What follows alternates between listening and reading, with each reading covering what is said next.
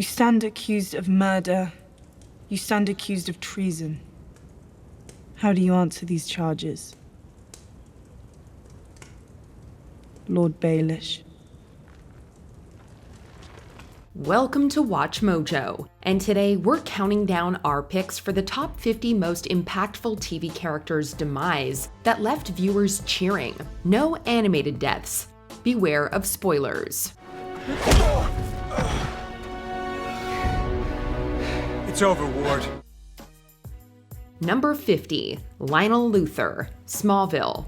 There's no sugarcoating it. Lionel Luthor was a bad, bad man. From drugging and erasing his son's memories, trying to murder Chloe, tormenting the Kent family, and even having his own parents' blood on his hands, he committed some truly reprehensible acts. Lionel Luthor, you're under arrest. On what charge?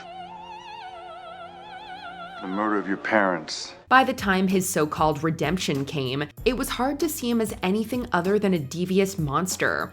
So forgive anyone who craved his undoing, which eventually came at the hands of Lex Luthor, who shoved him out of the window. No one will even remember your name.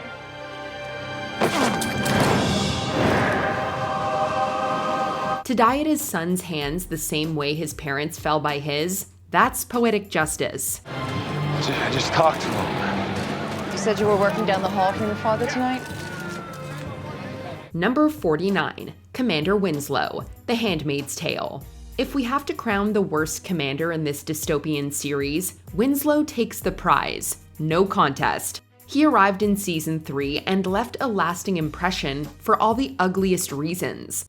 We have to be judicious about the images we release to the world. More than just another villain, Winslow was the true embodiment of cruelty in Gilead, completely irredeemable. Stapling a handmaid's mouth shut, preying on the weak, that tells you everything about his twisted obsession with control. When he cornered June in that room at Jezebel's, we knew this guy had to go. Get on the bed. So when she stabbed him multiple times in self-defense, it felt like a small win for every fan who'd had enough of Gilead's monsters. My children. Number 48, Keith Summers, Bates Motel. This psychological horror wasted no time in making us loathe Keith Summers. He wasn't just a sleazy former owner of the Bates Motel. He reeked of small-town corruption and toxic masculinity. What makes you think you can run this place by yourself? Because I can. While characters like Norman had tragic backstories that offered some explanations for how they turned out, Keith was a straight-up creep with no excuses. Gross, aggressive, and all threats, there's absolutely no salvation for him. Not long after we meet him, he not only harasses Norma and her son, he sneaks into their house later on to assault her. When Norma stabs him in a fit of rage, fans weren't exactly shedding tears for this loser. You liked it. Number 47, The Handler, The Umbrella Academy. Is there no match for a shark?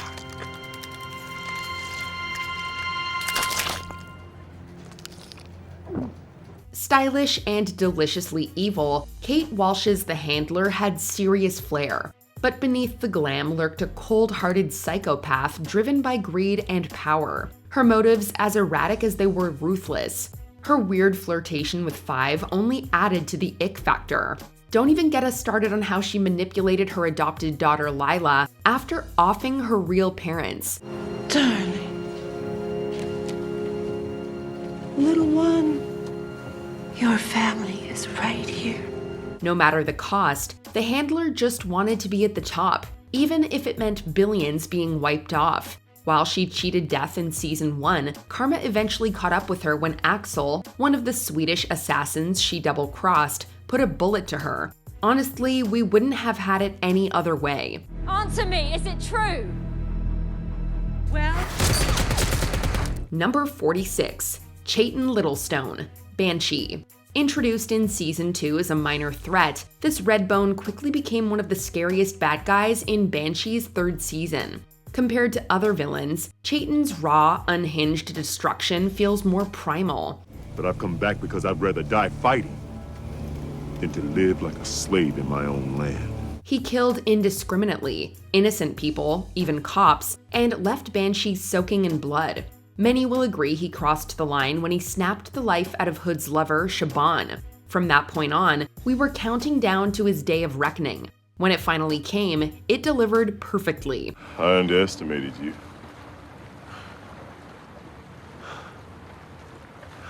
You're not a cop. No.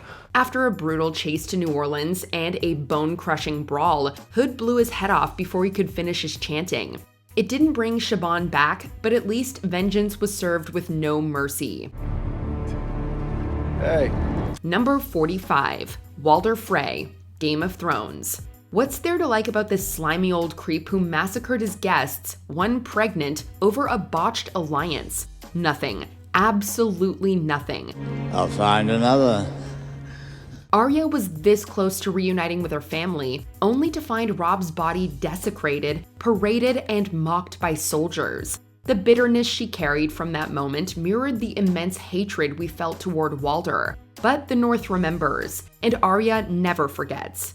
Using her face-swapping abilities, Arya infiltrated House Frey, poisoned the perpetrators, fed Walder his son's flesh, and then slit his throat while reminding him exactly why. My name is Arya Stark. I want you to know that. It was savage, but it was the comeuppance we'd been waiting for since the Red Wedding. Arya doesn't just get even, she ends bloodlines. The last thing you're ever going to see is a Stark smiling down at you as you die. Number 44, Vernon Schillinger, Oz. In a show teeming with morally bankrupt inmates, Vernon Schillinger managed to be the worst of the worst, and that's saying something. J.K. Simmons plays this neo-Nazi leader with the same unhinged intensity he brought to Terrence Fletcher in Whiplash. Where Terrence rattled you, Vern's cruelty scarred your soul. Every moment he was on that screen, he basically sent chills down our spines. Eat it.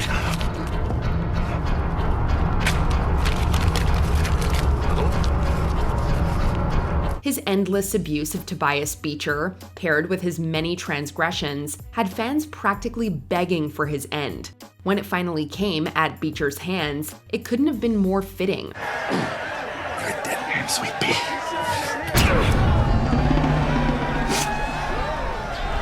His quick death felt almost too kind, but no one's arguing it wasn't richly deserved.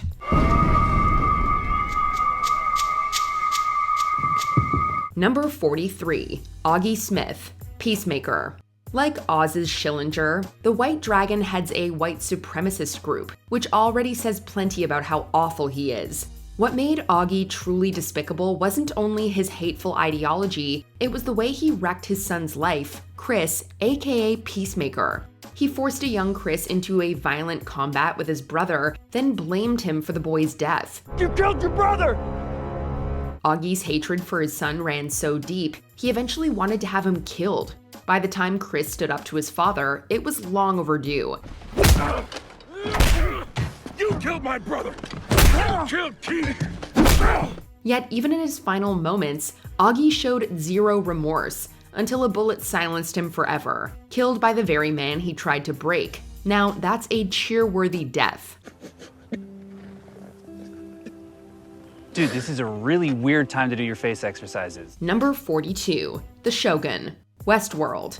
This episode of Westworld transports us to a realm ruled by the Shogun's unchecked tyranny. Sure, he may be a scripted host, but that doesn't make his actions any less horrifying. これでどうじゃ。さくら一人ではなく、茜、お前もわしに待ってみせよ。させれば。For instance, he sends his emissary to capture Sakura from Akane's tea house, using brutal force to crush any resistance. Then, in a senseless display of cruelty, he mutilates Sakura's body, beheads her right in front of Akane, before demanding she dance in her anguish. 約束通り、さくらはお前のものだ。さあ、前へ。 The sheer wickedness is enough to make your stomach churn. So when Akane reduces the Shogun to a bloody mess, it feels like the perfect emotional payoff. For a villain so heartless, there really was no better end.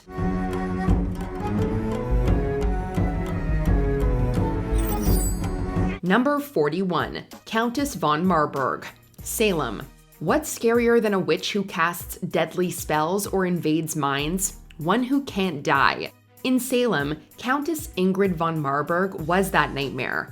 Who amongst the Essex hive has initiated the grand rite? Not just any witch, she was the devil's first lover.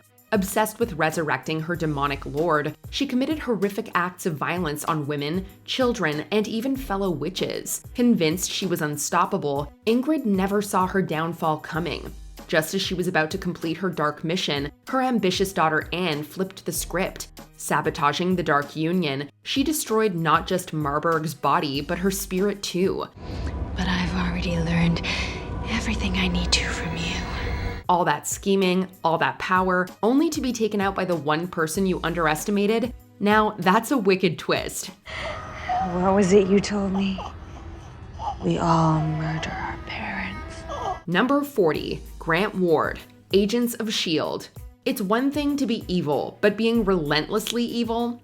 That's Grant Ward. Sure, he had a rough past, but that's no excuse for everything he did. Staying loyal to Gareth, playing both sides, torturing agents, and committing to Hydra was all him. When he could have chosen redemption, he chose chaos. His point of no return? Killing Coulson's girlfriend, Rosalind. Just another day. But I scheduled a meeting with Malik, and that way... From that moment on, we knew Ward was a dead man walking. Fueled by rage, Coulson chased him to Maveth and crushed his chest with a robotic hand.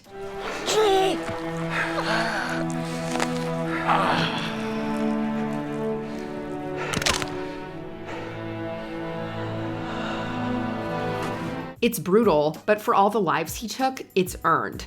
But our joy was short-lived since Ward became a host for Hive shortly after.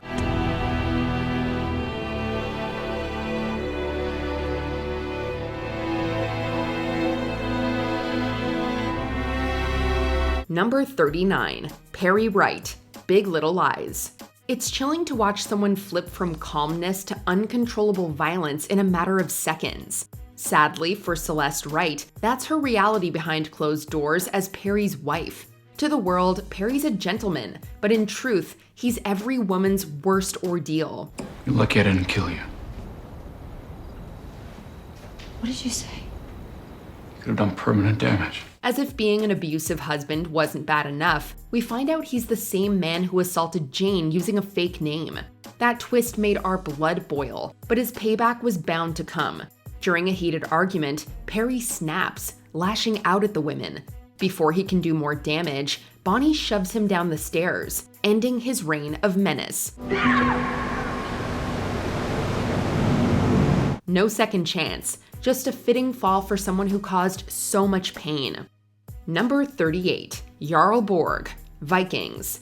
Michael Hurst's historical drama gave us no shortage of treacherous villains, and Jarl Borg was among the sneakiest. Sail down! He cajoled Rollo to betray his brother, raided Kattegat in Ragnar's absence, and attacked his family. That's unforgivable. After that, some of us couldn't wait to see his smug grin wiped off permanently. Oh, what a brutal end he finally got. Lured back to Kattegat, Jarl Borg was imprisoned and sentenced to the most horrific Viking execution, the Blood Eagle. It will be dark soon. Just when he thought King Horik would help him, he realized too late that there was no escape. Knife in hand, Ragnar carved him open. It may have been too ghastly an end, but for his deceitful ways, it felt like the perfect send-off.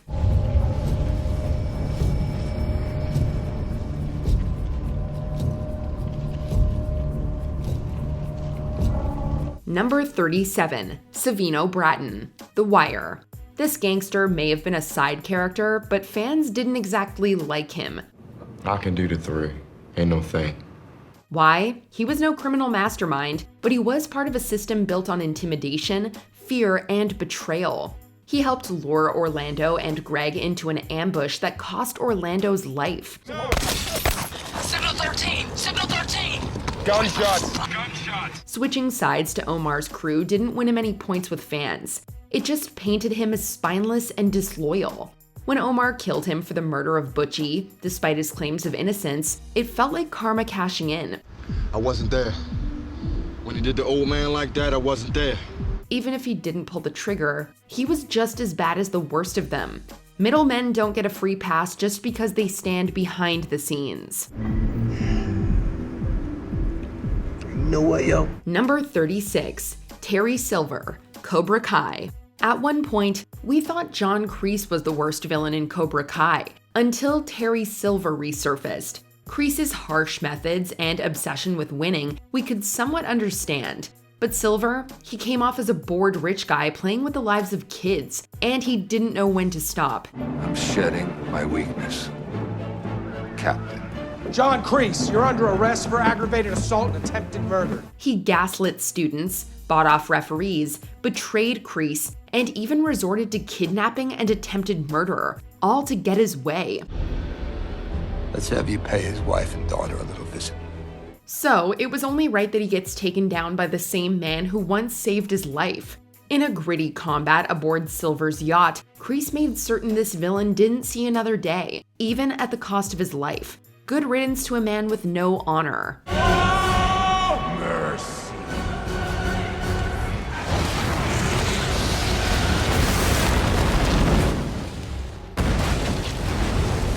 Number 35, Phil Leotardo, The Sopranos.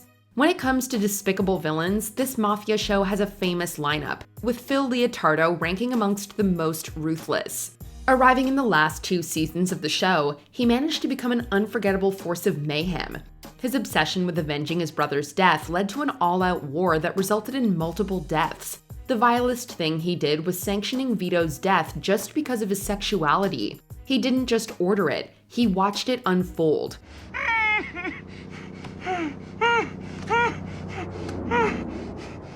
You're a f***ing disgrace. From that moment on, fans eagerly awaited his retribution. When it came, it was gloriously satisfying. Whacked in front of his family, his head was crushed by his own car. A little too much? Definitely, but Phil had it coming. Number 34, Nina Myers, 24. Where do we even begin with this rogue agent? She's literally one of the worst characters to ever exist in a TV series. While Jack Bauer and his team were working to stop a terrorist attack, Nina was secretly helping it unfold. I can't let you go. Even after being exposed, she ended up betraying the CTU again. But her darkest sin, the one that made fans turn on her for good, came when she coldly murdered Terry, Jack's wife. No. No. Well, her punishment finally came on day 3. After escaping custody, Nina was cornered by Kim, who couldn't bring herself to shoot her mother's killer. That hesitation almost cost her, but Jack arrived just in time and took Nina out for good. No, you don't. Number 33, David, The Last of Us. You'd have to be a special kind of psycho to justify your heinous acts with Bible verses. That's David in a nutshell. In a world crawling with zombie-like creatures, it's humans like him that are the real monsters. I know you think you don't have a father anymore. But the truth is, Hannah, you will always have a father. He thinks himself a savior, but feeds his flock human remains without their knowledge and manipulates desperate survivors. Even children aren't safe. His interest in Ellie takes things to an entirely new level of depravity. You can't survive on your own. No one can.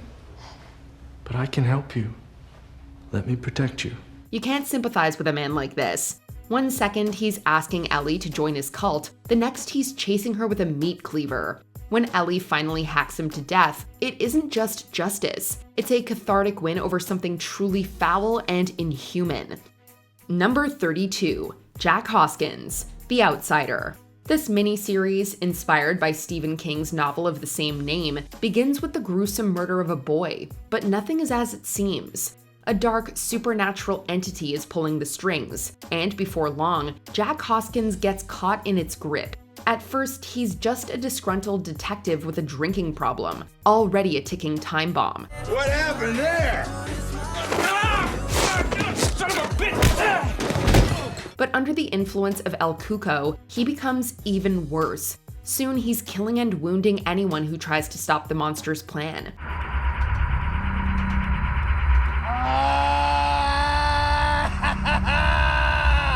In the end, the same madness that fueled his violence drives him to turn the gun on himself. Well played, Wright. For Holly, his would-be victim, his death was certainly a blessing in disguise. It's in there. Kill it. Number 31, Littlefinger, Game of Thrones. Any true GOT fan knows Peter Baelish more than earned his spot on this list. You seem quite interested in our marriage. Your marriage is quite interesting. Not only to me, but to the realm. The marriage of a wealthy girl always breeds interest, if nothing else. With words laced with lies and a cunning mind, he started the War of the Five Kings by framing the Lannisters. He betrayed Ned Stark, manipulated Sansa for years, and sold her to Ramsay. He was a self-serving backstabber with a long list of sins. Chaos isn't a pit. Chaos is a ladder. So when he tried to turn Sansa and Arya against each other, and it backfired, we were all thrilled.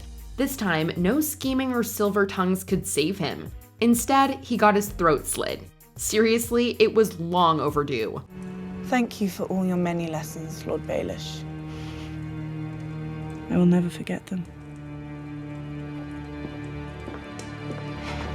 Number 30, Jang Deok-su, Squid Game. 숨도 쉬지 말고 숨소리 나면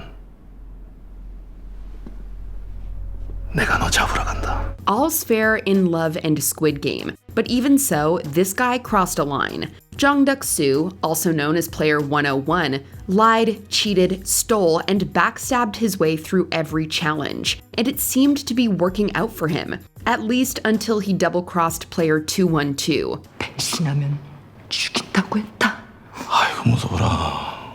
우리 한민여 씨 오늘도 게임 잘해보세요. After being essentially left for dead in the prior challenge, she decided that if she's going down, she's bringing Deok-su with her. 나 배신하면 죽는다고 했지.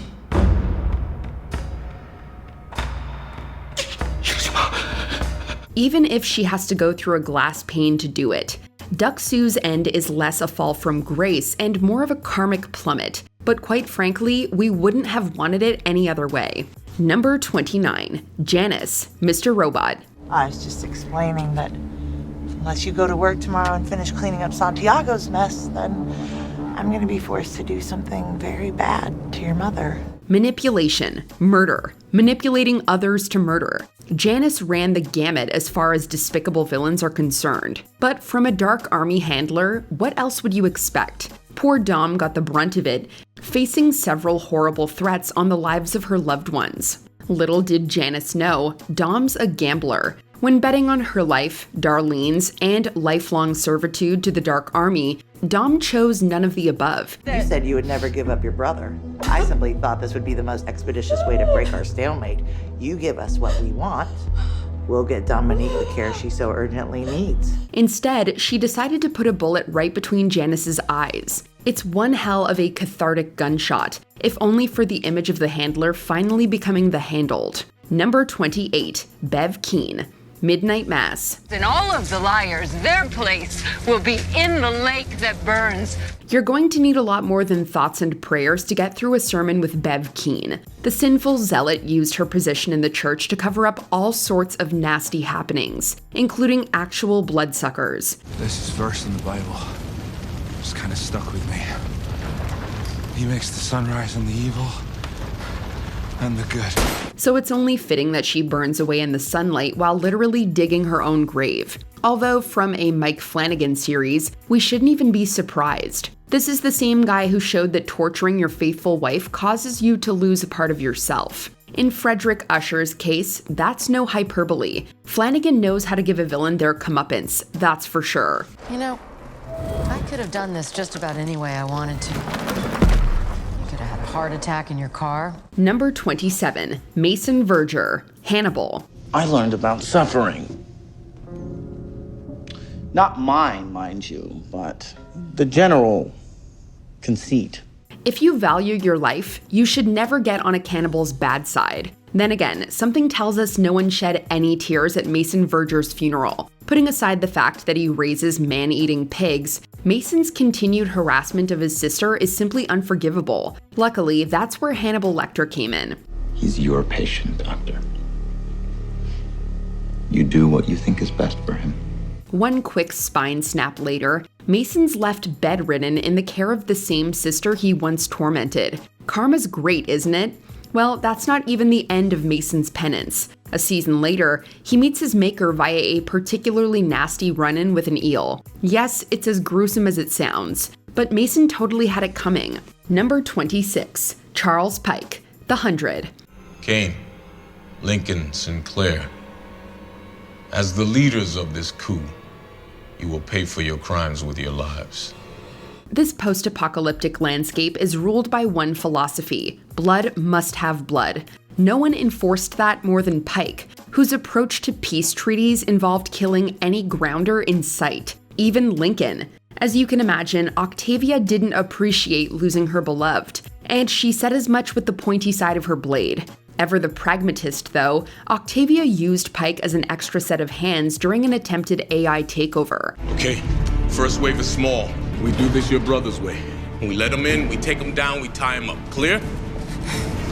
Then, once he was officially no longer of use to her, she squared up this blood debt the hard way. It's not quite justice for Lincoln, but it's close enough to warrant a few cheers. Number 25, Blue Hawk, The Boys. Superheroes often have to make, split-second decisions when fighting crime, and I apologize if any of mine have been perceived as being racist. While apologizing to residents of a black community, Blue Hawk lost his cool and started lashing out at everyone. A-Train is able to stop the rageful Soup from taking a life. Unfortunately, the speedy hero's brother is so severely injured that he loses his ability to walk. Unable to contain his anger, A-Train finds Blue Hawk and takes him on a little jog to get revenge. Hurt a lot of people. You hurt my brother. How can I get away? Not this time. While we can't show what happens, trust us when we say there isn't much of the racist Soup left. The loathed Madeline was also brutally murdered by a Soup in an instant. However, A-Train's kill is more memorable because he once got away with a similar crime. The speedy hero is ultimately forced to live with the reality of the danger of irresponsible Soups. Which is why you're gonna love this. Blue Hawk will live on because we gave you his heart.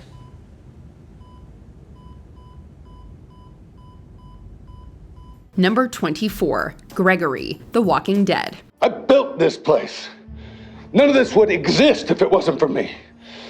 You're just Rick's lackey. Walkers have nothing on this guy. Despite being introduced as the leader of the Hilltop community, Gregory's only relevant life skills are groveling, betrayal, and more groveling. He's a spineless snake who would sooner sell out everyone he loves than inconvenience himself. Just ask Negan, or the Hilltop community, or really anyone who's ever had the displeasure of working with him. When Gregory's lack of loyalty finally catches up with him, he tries a different approach: murder. Maggie gave him more chances than he deserved, and he blew every single one of them. Given that trust is the only currency in The Walking Dead, Gregory's execution was long overdue. What you're doing isn't right.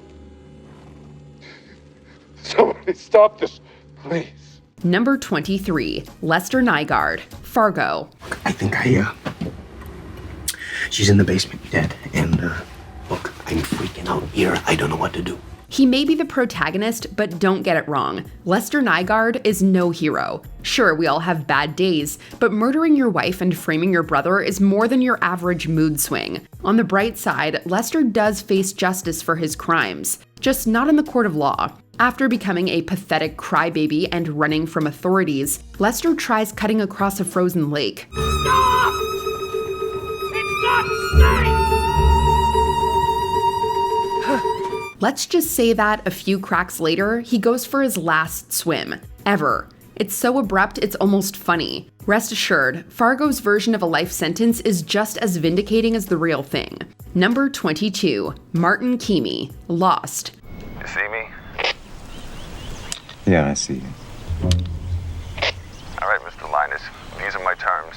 You're gonna step out the front front door, put your hands above your head, and you're gonna walk straight to me. Once I have you in my custody, and I promise you that no one else in that house will be harmed. Fighting over a mystical island is dirty work, but no matter how intense things got, Ben Linus and his rival, Charles Widmore, always kept their families out of it. Hired mercenary Martin Keamy, however, had a different moral compass. He's a heartless, irredeemable villain who has no qualms shooting Alex Linus in the back of the head just to get a rise out of Ben. Well, Keamy certainly got a reaction, and it came in the form of a very up-close and personal beatdown. I'm bluffing. Need I remind you of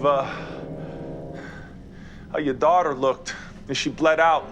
Without getting too graphic, it's not a quick death. But after threatening the island and shooting a defenseless girl, Keamy's demise elicits more applause than anything else. Number 21, Gemma Teller-Morrow, Sons of Anarchy. You gotta decide what you want, sweetheart. You hear me? Vulnerability is a liability. Protecting the Sons Motorcycle Club means making tough calls. Calls like going full mob boss and killing your daughter-in-law for being a suspected turncoat. While Gemma was never a very good person to begin with, Tara's murder marked the real point of no return for her. And Sons of Anarchy didn't forget it. In one of the series' greatest scenes, Gemma's own son Jax avenges his wife and ends his mother's blood-soaked reign in one pull of the trigger. My baby boy. It's time. It's a bit tragic, a lot gratifying, and sold by the idea that Sons of Anarchy couldn't have ended any other way. Rest in peace, Gemma. Number 20, Steve Newlin, True Blood. Newlin begins the series as a talented orator and televangelist who openly speaks against the rights of vampires. You vampires cast the first stone by killing my family. The lines have been drawn. You're either with us or against us. He's a hateful bigot, a fraud, and the leader of the Soldiers of the Sun, an elite paramilitary group of vampire hunters. He eventually becomes a vampire himself and becomes a subject of study for the vampire police. In retaliation for some major deaths, Eric prevents Steve from drinking some life-saving blood, and he burns to death under direct sunlight while proclaiming his love for Jason. Few things are as narratively satisfying as watching the downfall of a bigot. I love you. Jason Stackhouse! Number 19, Dr. Oliver Thredson, American Horror Story, Asylum. Often regarded as one of the best seasons of American Horror Story, Asylum contains a terrific villain in Zachary Quinto's Oliver Thredson. I think I made a wrong turn. I see you found my little hobby. Thredson is a professional psychiatrist who declares Kit Walker insane to frame him as Bloodyface. Thredson is the real Bloodyface who skins his female victims and makes furniture out of their remains. He also torments Lana, resulting in her unwanted son, Johnny Morgan. Morgan himself takes his father's mantle as the second Bloodyface in 2012. Like his father, Morgan meets a satisfying and violent fate, with Lana shooting him in the head. Rewarding revenge also had something to do with it. I have no use for you anymore. Best you should just be known as my last victim. Number 18, Richie Aprile, The Sopranos. Nobody really likes Janice Soprano, but she did everyone a major favor by whacking Richie Aprile. The Sopranos is filled with detestable people and hateful villains, and Richie Aprile is certainly one of them. Belligerent from the start, Richie never listens to orders and directly goes against Tony at every turn. He's also incredibly vicious and violent, even by Sopranos standards. Not to mention homophobic towards his own son. In fact, it's his hateful traits that result in his surprising death, as a ticked off and recently punched Janice whacks him during dinner. It wasn't the death we were expecting, but it was wonderfully satisfying nonetheless. Number 17, Jonathan Blackjack Randall, Outlander. This historical drama is based on a series of novels by Diana Gabaldon. She describes her creation of Blackjack Randall as a, quote, sadistic bisexual pervert, and that's really all you need to know. Get off me, you bastard. The speech of a lady, the language of a whore. Played to perfection by Tobias Menzies, Randall has the appearance of a noble British officer, but he's actually a remorseless man with sadistic tendencies. In fact, he seeks sexual gratification by inflicting both physical and spiritual pain on his victims, breaking them down both mentally and physically. Jaime finally got his revenge in the season 3 premiere by stabbing Randall in the gut. He dies holding the man he long tormented, and we were glad to finally see him go.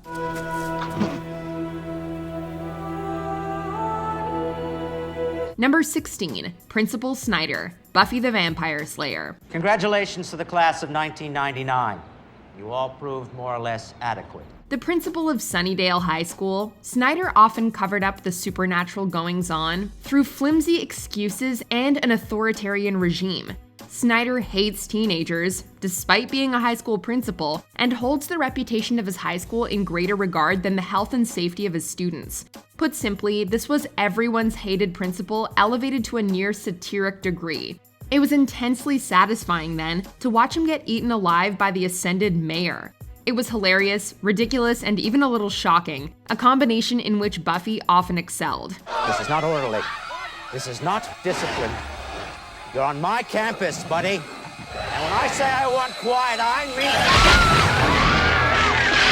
mean... Number 15, Ian Reed, Luthor. Serving as the primary antagonist of the first season, Ian Reed is a fellow police officer and a close friend of Luthor's. However, his mental state collapses following an orchestrated robbery that resulted in numerous deaths. He turns viciously cold-blooded and paranoid, even offing Bill and Sugarman to keep his secret. Reed lost all semblance of sympathy after taking out Luthor's wife Zoe and framing him for the death. In the end, Reed allows himself to die at the hands of Alice Morgan, deciding that death was a better outcome than prison. He died on his terms, which was certainly a bit frustrating, but it was still nice getting him out of the picture for good. Do it! No! Number 14, Kilgrave, Jessica Jones. Despite being a Marvel property, Jessica Jones is a down-to-earth and dramatic glimpse into trauma and PTSD. These themes are mostly traced to antagonist Kilgrave, real name Kevin Thompson. Thompson received mind-controlling powers after being subjected to experiments, and he kept Jessica Jones as his prisoner. You call making me murder a woman ending roughly? No, let's be clear. I did not tell you to kill Reva.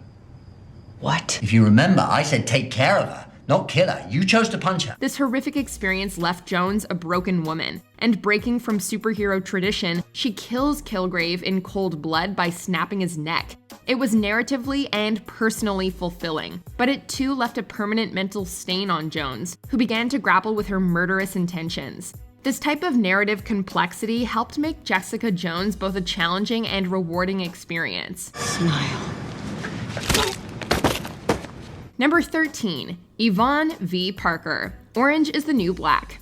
Taking place inside a prison, Orange is the New Black contains its fair share of hateable villains, but none were as bad as Vee. Serving as the main antagonist of the second season, Vee is a manipulative sociopath who easily controls others.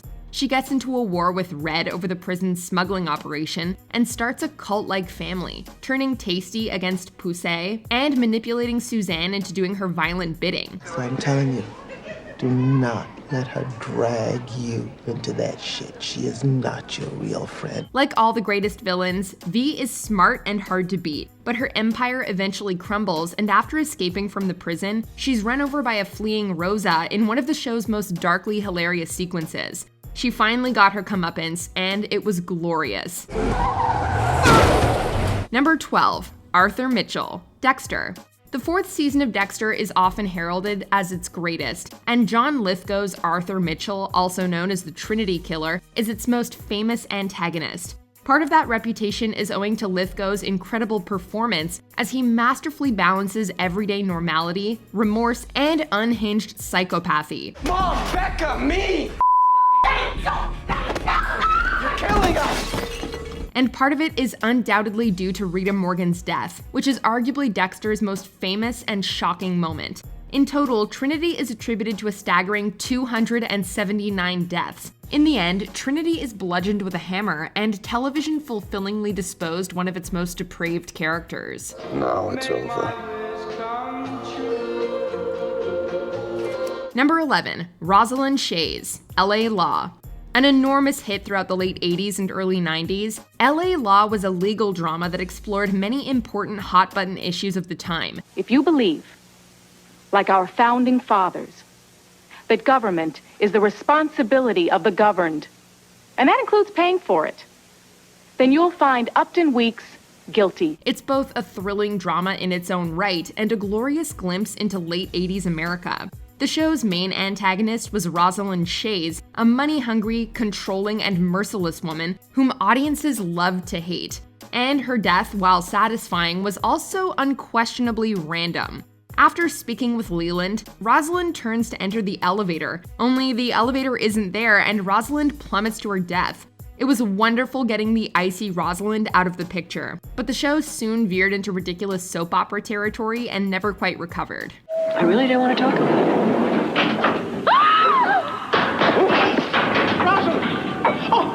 Oh my God! Number 10, Dr. Robert Romano, ER. Arguably the most famous medical procedural in television history, ER ran for 15 seasons and 331 episodes between 1994 and 2009. For 7 of those seasons, Paul McCrane starred as everyone's favorite grump, Robert Romano. I'm sorry, I just assumed as a prosthetist that you would have some rudimentary knowledge of medicine. I have a degree in bioengineering. Oh, okay. Well, then you have a vague civilian concept of what doctors do. See, I'm what's called a surgeon. That's why I was very specific about needing a Utah arm. Eventually serving as the chief of staff, Romano is the ultimate boss from hell, known for his unkind comments and relentless sarcasm. Romano loses his arm in a helicopter accident in the 9th season premiere, a moment that skirts the line between shocking and soap opera silliness. And right before he can lodge a complaint against Greg, Romano dies by a falling helicopter. No, seriously, that's how he goes out. It's totally random and completely bizarre, but also undeniably enjoyable. Number 9, Todd Alquist, Breaking Bad. Just so you know, this isn't personal. For a good chunk of Breaking Bad's run, the antagonist role is filled by Gus Fring, the methamphetamine magnate who's blown up in a nursing home. Gus was a beloved character, but there's no denying the satisfaction of that death, especially the famous face, or lack thereof, reveal. On the other hand, Todd is a malicious villain who inflicts suffering on Jesse, fraternizes with white supremacists, and worse. No! Unlike Gus, viewers desperately wanted to see him go. So it was a welcome surprise when Jesse strangled Todd with his own handcuffs. There's a certain poetic beauty to Jesse taking out Todd with the very symbol of his torment and enslavement.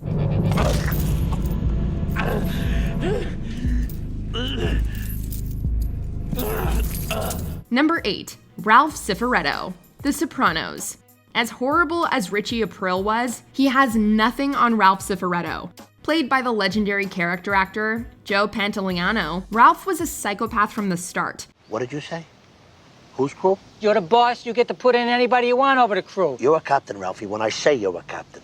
And I'm gonna turn up my hearing aid so I don't miss it. Like Richie, he was openly belligerent and often made a public point of antagonizing Tony. But his worst moment came in season 3, when he viciously beat Tracy to death outside the Bing. It's often regarded as one of the darkest moments on The Sopranos, and it permanently altered how audiences viewed Ralph. His surprising death in season 4 was a long time coming, and just as Ralph did to Tracy, Tony beats Ralph to death inside of his own home. It's a brutal fight that proves difficult to watch, but it was also gloriously rewarding and cathartic. Number 7, Ramsay Bolton, Game of Thrones.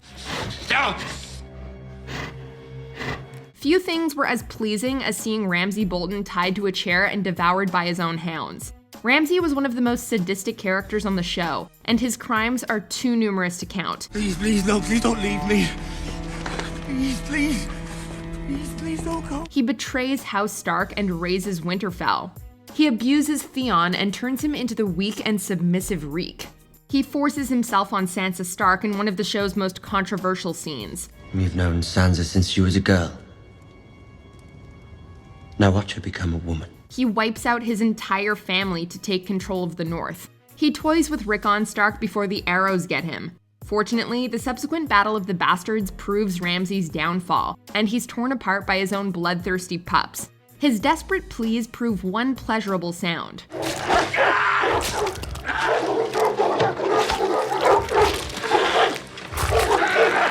Number 6. George Foyet, Criminal Minds. Arguably the greatest antagonist in Criminal Minds history, the Boston Reaper served as the primary villain of seasons 4 and 5. Tell me. I'm not telling you anything. You are not gonna get off that easy. Real name George Foyet, the Reaper plagued the Boston area throughout the 90s and 2000s. Some of his most prominent victims include his own parents, his girlfriend, and the lead detective studying his case. The Reaper has often been compared to numerous real-life monsters, including the Zodiac, Ted Bundy, Dennis Rader, and David Berkowitz. His gratifying downfall comes at the literal hands of Hotch, who beats the Reaper to death after finding Haley dead. You got me. I surrender. I surrender. Number 5. Viserys Targaryen, Game of Thrones. Before Ramsay Bolton, there was Viserys Targaryen. Viserys was one of the main antagonists of the first season, serving as Daenerys' psychotic and power-hungry older brother. You dare! You give commands to me! To me! You do not command the dragon. I am Lord of the Seven Kingdoms. Hoping to reclaim Westeros for the Targaryen name, Viserys orchestrated an army consisting of Khal Drogo and his Dothraki. Viserys was horrible towards Daenerys, even offering her body to Khal Drogo in exchange for his army. But Viserys' ego proves too great, and he drunkenly accosts Drogo. Following some personal threats, Viserys is given a crown of gold, that being hot liquid gold poured over his head. It's both narratively and thematically enticing, with the arrogant Viserys being given the crown he so desperately deserved. A crown for a king.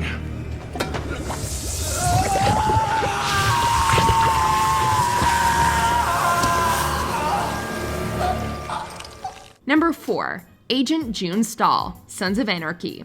Serving as an antagonist for the first 3 seasons, ATF Agent Stahl is tasked with investigating the Sons of Anarchy and their criminal exploits in small-town charming California. You didn't have to humiliate the guy. You're the one who got this ball rolling, Sparky. You want to play in my backyard or the cow pastures? I want to stop Sam Crow. Good. Then let's catch up. A very cold individual, Stahl somehow managed to tick off everyone around her with her arrogant personality, flawed investigation, and penchant to cause trouble. For example, she was indirectly responsible for the death of Opie's wife Donna following her flawed attempts to turn Opie against the club. But Opie gets his revenge in one of television's most gratifying sequences, directly referencing Donna's death right before shooting Stahl in the back of the head. Finally, after 3 seasons and lots of complex conniving, Agent Stahl was finished. This is what she felt. Number 3. Philip Blake, The Walking Dead. Take off your shirt, or I'll bring Glenn's hand in here. This zombie show has long made the argument that humans are more dangerous than the undead, and that theme is perfectly personified through the Governor, also known as Philip Blake. The Governor earned his nickname by leading the fortified town of Woodbury. But don't let that noble distinction fool you. The Governor is an unhinged psycho who commits horrific acts of violence. Even the utopic nature of Woodbury is flawed, and it contains a brutal underbelly overseen by the authoritarian governor. While invading the prison, the governor is stabbed in the back by Michonne, and millions the world over cheered as he lay dying. He is finally put down by Lily, and The Walking Dead was rid of one of its most hateable villains. Number 2. Red John, The Mentalist. Tiger, tiger, burning bright in the forests of the night, what immortal hand or eye could frame thy fearful symmetry? The Mentalist concerns a fraudulent psychic medium who helps the California Bureau of Investigation solve murders. Said mentalist is named Patrick Jane, and his wife and daughter died at the hands of Red John. Red John is believed to have taken upwards of 70 lives throughout the southwestern United States and Mexico, and Jane's pursuit of the elusive Red John provides tantalizing mystery for the first 5 seasons of the show.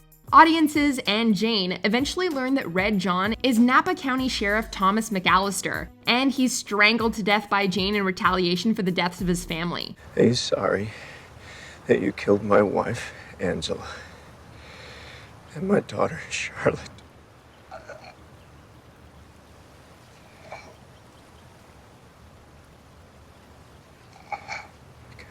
We don't know who was more relieved, the audience or Jane. Before we continue, be sure to subscribe to our channel and ring the bell to get notified about our latest videos. You have the option to be notified for occasional videos or all of them. If you're on your phone, make sure you go into your settings and switch on notifications. Number 1. Joffrey Baratheon, Game of Thrones. Few television villains are as depraved and unlikable as Joffrey Baratheon. Unlike some other villains on this list, there are absolutely no redeeming qualities about Joffrey. He's simply a pure, unfiltered psychopath who takes pleasure in death, as well as inflicting pain, suffering, and psychological torment. You will bring her to his chambers when you're finished and show him what you've done. For 3 seasons, audiences couldn't stand the sight of Joffrey, and he was widely heralded as television's biggest baddie. That is, until he drank a cup of poison in season 4 and died gasping in his mother's arms. The death is horrific and grotesque, but watching Joffrey finally squirm in pain and panic offered a certain kind of satisfaction. Sorry, Cersei, but everyone agreed that your son had to go. I'd never seen the poison work before.